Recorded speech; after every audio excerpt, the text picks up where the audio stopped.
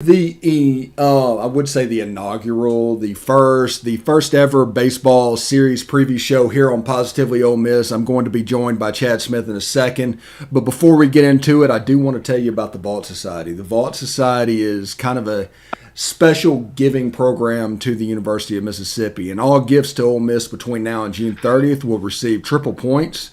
Red points are non-deductible and go towards priority seating. Blue points are 90% tax deductible and go towards parking and non-home ticketed games, postseason bowl games, and neutral site.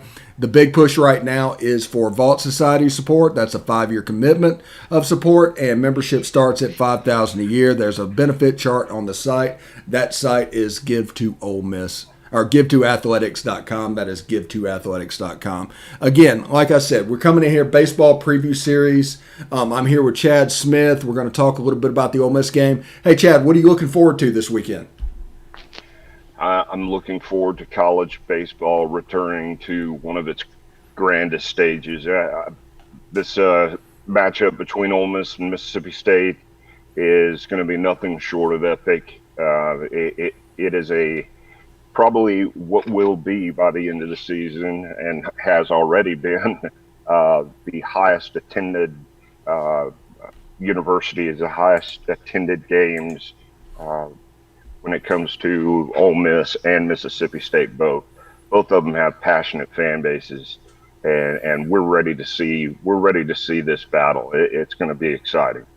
Yes, as you know, a rotation changed this weekend. The rotation, you have Gunnar Hoagland on Friday, Doug Nikhazy on Saturday, and coming in Drew McDaniel on Sunday, replacing Derek Diamond. What's the mindset there, and what may be the benefit of doing this?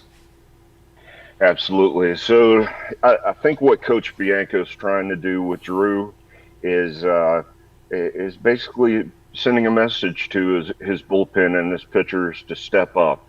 What I mean by that is we've had some heavy hits in the bullpen to injuries. Also, COVID restrictions have played a part. So Drew needs to get in there and take the reins from an Ole Miss starting position that has been kind of shaky over the past 2 or 3 weeks with Derek Diamond. So Drew is actually going to get his opportunity, and he's earned it. He's 4-0 with a 2.9 ERA, and unfortunately, he's got to start in one of the most hostile environments known to a Rebel. So it's definitely going to be something to look at, because McDaniel needs his chance. He's earned this. He's going to go forward, and I think he'll do a very good job for the Rebels in the Sunday starter position. Now, speaking of Dudy Noble and hostile environment, secondary market tickets are going upwards of $400. What's the home field advantage going to be like at Dudy Noble, and especially this weekend? This is going to be, like I said, it's going to be a largely attended game, highly attended game. We're looking at anywhere from 12 to 14,000 fans that are reported right now. There are some reports. They opened general admission yesterday back up, so they could add another couple of thousand on the berms.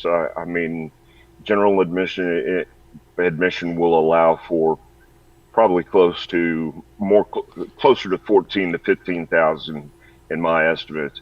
It's going to be packed, and it's going to be hostile. It's going to be exciting to watch. And after a layoff from last year, especially not getting to start SEC play, this is exciting. This is what we live for. Now, this midweek, Kel Baker went 4 for 4, hit a home run, a double, couple of singles, trying to take over that gap that is left behind by the Tim Elko injury. What do you see at first base this weekend? How do you see that playing out? Well, I think we're going to use a first baseman by committee approach, as we've done pretty much all season. Kale has stepped up here this week, did real well, and saw the ball well Also had a homer in that game against Austin P. So he's going to be relied upon. His bat needs to come around, and I think he knows that. One of the things he might be overthinking the position because uh, he's got some competition behind him, but I think that's good. I think that's very good for us because they're athletes. They know they've been out, basically been out there and uh, they know how to compete. They want to compete. They want the ball. So Kale is going to be one of the starters. You're also going to have LaFleur. LaFleur is going to make another appearance as long as he's strong enough. Of course, recovering from mono is never an easy thing or any illness during the season. So I think we're going to play several different first basemen. You might even see uh, first basemen that we don't know are coming to the position just yet. So I'm looking forward to seeing that battle as well. Now, I'm not very familiar with Mississippi State. What's the is it right-handed pitchers, left-handed pitchers starting out? Because that'll probably Sure. affect So the lineup as well. that's right. So in the first game, they're going with the left-hander, Christian McLeod, and he is 3-2. Um, he is more of he's got a fastball in the low 90s and a changeup that he's been working on. He's also got some breaking balls in a curveball and a slider that are pretty well distinguished from each other. They have good bite, good depth, but his numbers don't jump out to you on the screen. What they do is they, I mean, it, he has the command and the ability to locate his pitches more strategically throughout the lineup, and he'll mix them in with a different mix over his start, and he's going to be a tough matchup for Rebel hitters. He did get shelled a little bit in the Arkansas game when Arkansas traveled down there, but you kind of expect a little bit of that. Somebody's going to get shelled during that type of matchup between highly ranked teams as well. What are we looking at Saturday for their starter? Saturday, they're coming up with a right-hander, Will Bednar, and he's 2-0. He's got a 2.1 ERA, and he's more of the burner of the starting rotation for State. Uh, he's got a 94 mile an hour, 92 to 94 mile an hour fastball, and he pushes that up for his plus fastball into the 96 mile an hour range. With that, he also changes speeds. He's also got a sweeping slider that comes in and expands the zone. And he's got a changeup that he'll use occasionally. But these are the pitches that he's good at. It helps to change the level of the batter's eye level and just throws the batter off tremendously. So Bednar is going to be one of those that we need to make sure that we get on the fastball early. Without getting on top of that fastball early, it's going to be a long day for Ole Miss. Okay. And who's going up against Drew McDaniel on Sunday? Absolutely. We're looking at a right-handed pitcher, Jackson Fristow. He's 3-2. He's also a true freshman, and he's got a great fastball as well. Tops out in that 95 to 96 mile an hour range. He's also got an 11 to 5 curveball that has good depth and a slider that he also works in his arsenal. but he's got the potential to develop a changeup as well. But right now, he uses it rarely. So what I'm looking for is him to come out. He is one of those pitchers, being a long, slender frame, wiry frame, if you will. He is one of those pitchers that can get out of sync in his mechanics, as we've seen with large pitchers before. We've got one of them ourselves in West Burton. So if we can get him out of his rhythm, throw him off of his mechanics, then we'll be in good shape and we'll be able to uh, provide some run support, some good run support for Drew McDaniel in that start. All right, and this is something I'm planning on doing on all these shows moving forward. Give me one pitcher and one field position player for Ole Miss that you really have your eye on this series. One pitcher that I'm going to look to step up this weekend is I think uh, we need Taylor Broadway to step back up. We need Broadway's been a rock. He's been fantastic, and Broadway this past weekend with Arkansas came in, closed down the Saturday position. What he'll need to do is he'll need to come back out this weekend and establish himself as the elite closer that he is, and he was against Auburn, Alabama, and Florida. He did very well in those series.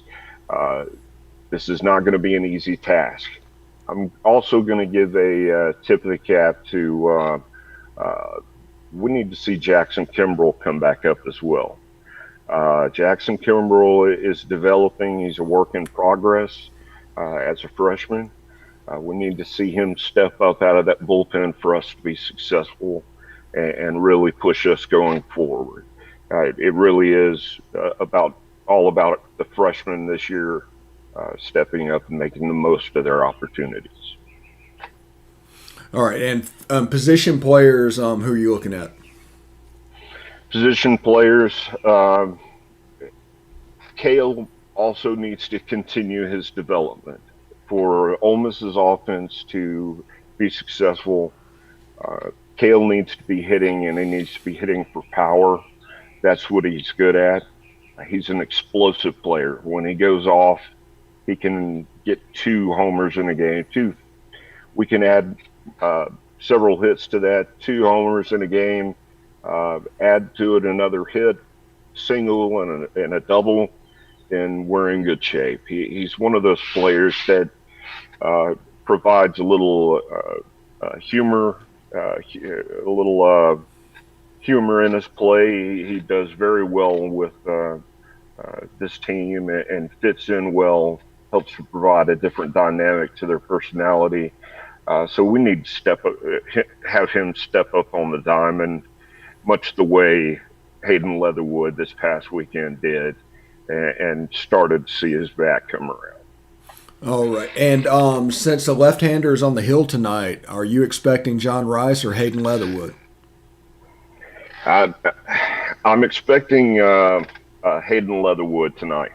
Okay. I know the left-handed pitcher matchup is coming into play there. I think John Rice needs a little bit more batting experience to face these elite Friday starters.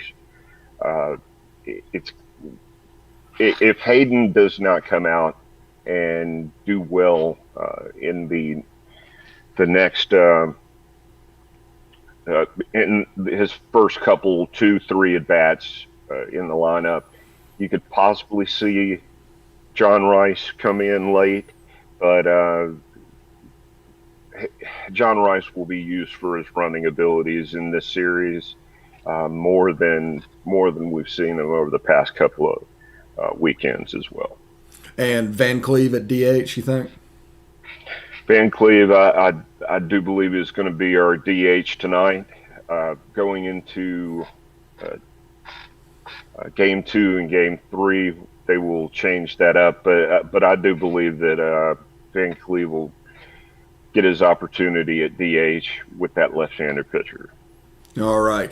Ole Miss versus Mississippi State. First pitch tonight at 6 o'clock Central. That'd be 7 o'clock Eastern if you're in the palatial Central Florida studios like myself. But tune in on SEC. Is it SEC Network Plus tonight? Tonight we're actually on SEC Network. Tonight, SEC Network. Tune in the game. If you can't get in the stadium, those are going. Be safe. Until next time, though, next week, for Chad Smith, I'm Steve Willis, and we'll see you next time.